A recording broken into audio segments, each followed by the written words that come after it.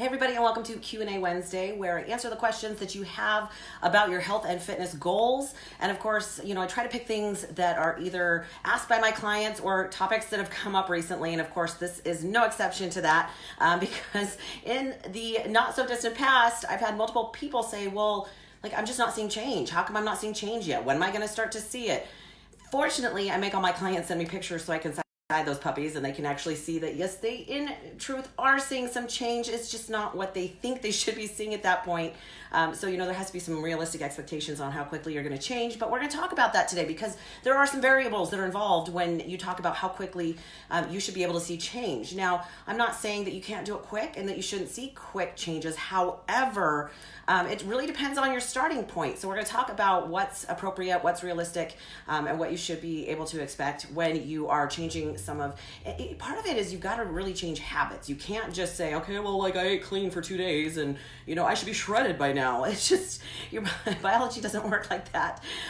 So, it's kind of funny I'm not going to say it's funny, and I don't mean to make fun of my clients, but, sometimes it's very difficult to explain that there's more than one thing that's going to contribute to how quickly you should see change. So let's talk about some of the things that usually I have to ask when they're going, how come I'm not seeing it? I'm just not seeing the change yet. So number one, the first question you should ask yourself is, how long is it going to take to undo the metabolic damage that you've done to your body? So, a couple of things contribute to that. The older you are, and I had 3+ decades of eating garbage or even things that I thought were healthy that weren't. I used to eat Fiber One bars thinking, well, it's got fiber. Yeah, it's also full of sugar. So, there was a lot of time that I had been eating really unhealthy and I had to undo that, and it's not going to happen overnight. There's things have to change on the inside first, and you don't see those outward changes until those things are fixed. It's kind of goes back to the adage that, you don't lose weight to get healthy. You have to get healthy to lose weight. So, the byproduct of that is, changing shape. And again, I don't like losing weight. I prefer burning fat because weight does not really promote where it's coming from. So, that can be a big part of it, is how long have you been unhealthy? Like I said, if you've had decades of really, and what you did in college and high school, dude, in your 40s is going to come back to bite you. I don't care if you were able to eat pizza after pizza and pitchers of beer. Your body had to do something with that somewhere. And so now you're dealing with the ramifications of that in your 40s and 50s. So part of it is, realizing that what you did when you were younger actually has a derogatory effect when you're trying to reach your goals now in your 30s, 40s, and 50s. Part of the metabolism slowdown. So, depending on how far off you are, it might take you a while to see that, because you've got to fix that part of it. You've got to fix the fact that your body really wants to just store sugar, because you've just eaten so much processed food over time. So, age can contribute to that, because as we get older, our body does slow down. It doesn't quite bounce back quite as fast. So, again, you may not see, what I've noticed with my clients is the younger they are, their body is really, resilient. It bounces back pretty quickly. Even if they've gone for, maybe they've been in college for a year or two, they've gained their freshman 15, whatever. And then they come back to going, I don't like how I feel. Let's fix this. Let's solve it.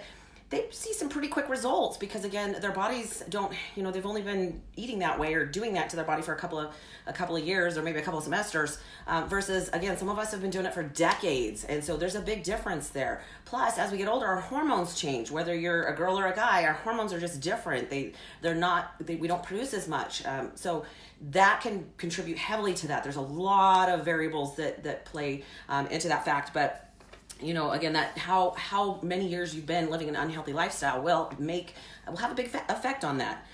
Your genetic influence. If you're like me and you're an endomorph, where it's really super easy to gain fat and a struggle to take it back off, you're going to have a little bit harder time than someone who is what we call an ectomorph, or a hard gainer, those were the ones in high school that could eat whatever the heck they wanted and they didn't put on anything. Now, again, not to say that it's going to be easy for them to lose it, because the older they get, again, I've known some skinny people that have had heart attacks and died from because their body doesn't always show on the outside how unhealthy they are. But, they might be able to lose that faster, lose that weight, or become lean again a little faster as soon as they clean up their nutrition. So again, genetic factors can play a huge role there, plus the epigenetic factors. That's such a big new science right now. They're looking to see how our environment plays a role on our genetics. So just because type 2 diabetes runs in my family, like I can follow the family tree, that doesn't mean that I'm actually going to have type 2 diabetes. If I eat right and I do the things to avoid it, I may spare myself my entire life from getting that. But it can be your environment. It could be the air you breathe. There's a lot of things that can contribute to that as well. So it's not just necessarily nutrition. You kind of have to think of your environment in general. I mean, honestly, it can come down to the cosmetics you put on your face, the lotion you use, the soap you use, those kind of things. So I don't think that those don't have a contributing factor, because they do.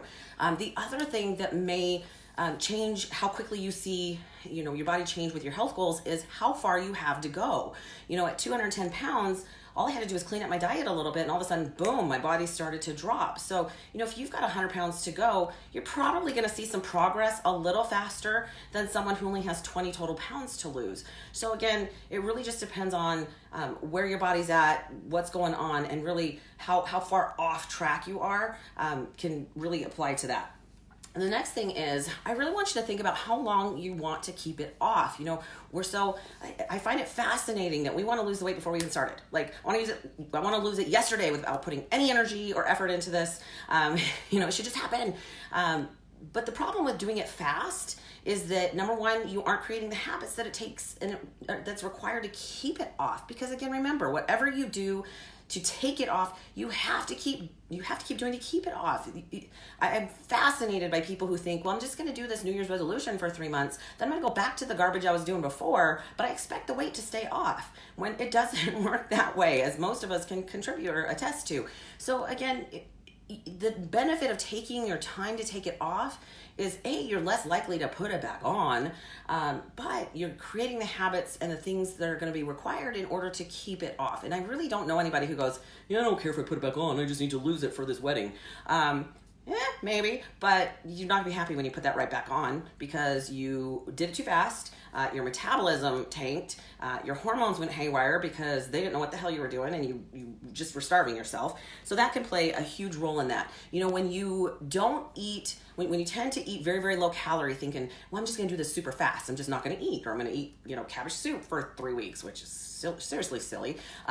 We don't think about the fact that your body has mechanisms to protect you from starvation. So if you really drop too low in calories, your body starts to produce ghrelin and find ways to make you crave, right? Because its job is to keep you alive. It's survival. So your hormones will start to play some tricks on you and do some weird things that it wouldn't do if you just slowly walk down in your calories. So, when I get somebody who is, say, 200 pounds and they're only eating 1,400 calories, and maybe they plateaued, I have to go, look, we got to fix your metabolism first. And what I tell them to eat calorie and macro wise, they're going, oh my God, that's so much food. And I'm like, actually, it's really not. Your body's going to go, oh, I'm getting the food that I need. And then it's going to start to allow your body to release what it doesn't need anymore. So again, you have to pay attention to, we don't need to do something that is going to harm us, especially in the long run, but in the short run, that's going to really have a negatory effect on your goals.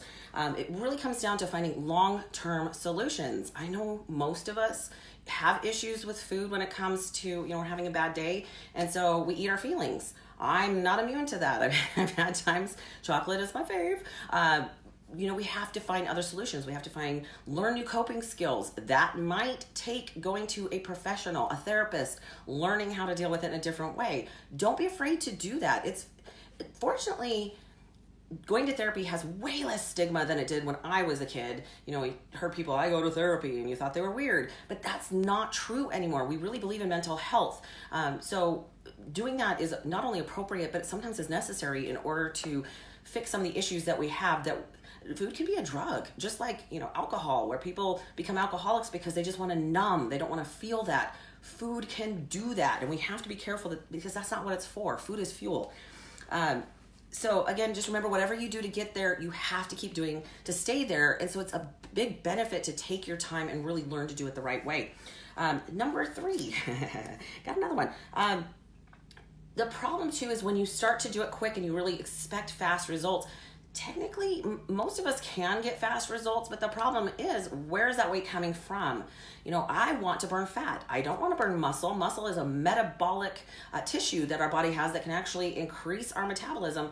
Why do I want to burn muscle? I don't. So you have to be careful that that weight is coming from the right thing. And so you have to do things in a certain way to make that happen. If you just go out and do crazy cardio and you're, doing hours of cardio and you're not doing any strength training and you're not eating enough, your body is going to burn muscle tissue because it's expensive to keep. So again, make sure that you know what you're doing and why you're doing it so that you're doing it the right way and you're not losing that muscle tissue. It also, that first couple of weeks, sometimes is really motivating because you might drop 4 or 5 or 10 pounds that first week or two. It's water, guys. When you start to eat less and you eat less carbohydrates, your body will store less water. Carbohydrates absorb water. So, that's one of the reasons why you had a cheat meal last night. I highly recommend you don't get on the scale because you're going to be up 8 to 10 pounds because your body's going to hold on to that water that you've been drinking. So again, you have to make sure that you know what's going on. Know the biology of your body. You should. We all took biology in school, right? Unfortunately, I wasn't very good at it back then, but now that I have a special interest in how nutrition works in the body, I find it fascinating. So it's really fun to read about. Also, what you do over time is more important than what you do right now really hard, right? Consistency over intensity. That's great that you work out one weekend a month for 3 hours, but you're not going to see the results versus if you were doing 30, 40 minutes of a day, every other day lifting and every other day doing some cardio. You're going to get way better results than killing it one day a week. It's right? It's the consistency that makes the difference because your body has to adapt to it. Really all that one day will do is make you tired, make you hurt, and make you eat more because you're hungry. So, make sure that you're doing it the right way. You're going to get way better results that way. Also remember that the mental and emotional play such a huge role in your goals. So again, you don't want to see instant results because unfortunately it's gonna be tough to sustain, right? You might be able to starve yourself for 3 or 4 days, but then you can't stand anymore. You're grumpy, you're hangry, and you raid the pantry and all the chocolate's gone. So again, I know you don't want to hear this, but that really is how it works. You have to be mentally ready to deal with what's going to happen on the physical level, right? People come to me and they're like, please help me fix my body so I can fix my head. It ain't going to work in that order. You have to fix your head to fix your body. Again, health comes before the weight loss, fat loss, your health goal. So, the mental and emotional is the hard part. It really is because, again, those of us that rely on food as, that dopamine rush makes us feel better or just makes us go numb and unfortunately, it's a really nasty cycle, right? It makes us feel great for all of 5 minutes and then our blood sugar drops and we want more because, I want to feel like that again. And then we get on this horrible loop of being unhealthy. So really quickly, I do want to tell you, normally I say you don't have to sacrifice to be healthy, but I do want to tell you there's some things you might have to give up in order to see the results that you think that you should be having already. Like I said, it's really important to be realistic over this. And the takeaway from that is that, while I don't want you to feel hopeless about it, you do have to be realistic about the time frame that it's going to happen in. I find it fascinating when people say, well, I want to lose 30 pounds. How long is that going to take? I'm like, I really don't know because I don't know your specific ability and capability of handling it. You probably could lose it in 2 months, but can you functionally deal with that? Because it's going to be tough. Those of us who have ever been on stage in a competition for physique, we are prepared to be miserable for a little bit because it's hard. We feel horrible, horrible, miserable, hangry. It's rough. So again, you got to have a realistic view of where you're going and the kind of time that it's going to take because you really don't want to lose all your friends while you're in the process. Things that you might have to give up. And I'm sorry, this is just for real. Number 1, sugar.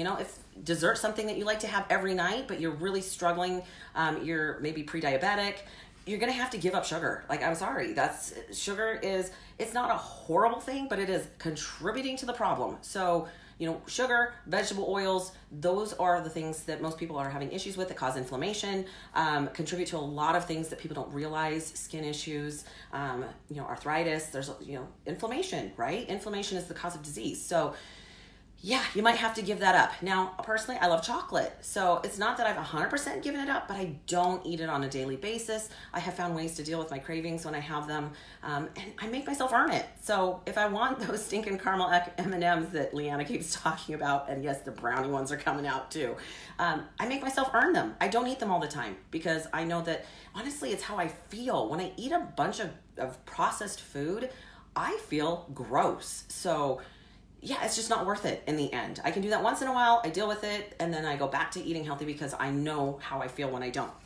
Other things that you might have to give up: eating out on a daily basis. Even if you make smarter choices when you're eating out, first of all, with fast food, that's pretty much impossible. I'm sorry. You might be able to do salads, but you're gonna have to do your own salad dressing. You really have to be careful because you don't always know what they're putting on it. I am able to eat out once in a while, but I think my big issue with that is that sometimes they're still using products that I don't know back in that kitchen. They might be using some oils that I don't know of on the vegetables or on my chicken. Or I once went to a restaurant that will right now remain nameless, and had the grilled chicken salad and didn't figure out till about halfway through, and I couldn't figure out what was weird with my chicken. They were flour. They were dipping it in flour before pan frying it. I don't even think that's grilling, which kind of makes me mad. But anyway, yeah, that's gluten. And with Hashimoto's, I need to be gluten-free. So I was kind of ticked too, because it didn't say it in the menu. So again, if you eat out all the time, part of it's you're going to have to take the time. And that's another thing you might have to give up. You might have to give up 45 minutes a week, because honestly, if you get good at it, that's all it takes to food prep. You might have to give up that time. Do it while instead of Netflix and chill, do Netflix and food prep. Come on, guys. I know if it was easy, everybody would do it, right? You're going to have to make some concessions there. So take the time. To me, it's a time saver to have my food prepped because I don't have to think about it. I just grab and go in the morning, and I don't have to think, what am I going to wear? What am I going to eat today? Yeah, where? Yeah, that's a whole other ballgame. So again, those are the things you might have to give up. Again, fast food, it's really virtually impossible to make good choices. The same thing if you're traveling and you're not prepared, going into the convenience store is not your best option. So again, you're going to have to give up. Just be prepared. Make some choices in advance. It makes it so much easier. You might have to give up alcohol, especially if that's something that you do frequently. I've worked with people. I haven't worked with people because honestly, if they tell me that they're not willing to give up their nightly drink, usually I tell them I'm not the right coach for them. I've had that multiple times where somebody said, I will listen to you except for if you tell me I have to stop drinking beer, or if I have to stop drinking my nightly glass of wine, I'm just not going to do it. And I'm like, well, considering what you just told me your goals are, I'm sorry, I'm not going to tell you can, because you can't. Your body cannot burn fat in the presence of three things: insulin, cortisol, right, the stress hormone, and alcohol. Your body, your liver has to deal with it first. The metabolism has to deal with it so it's not toxic in your system. So, if that's something, I'm not saying you can't ever drink, but if you do it regularly, your metabolism has to deal with that for up to 72 hours. You can't burn fat at the same time. It just doesn't happen. So again, you might have to give up a couple of things that you love. Your mother's cooking.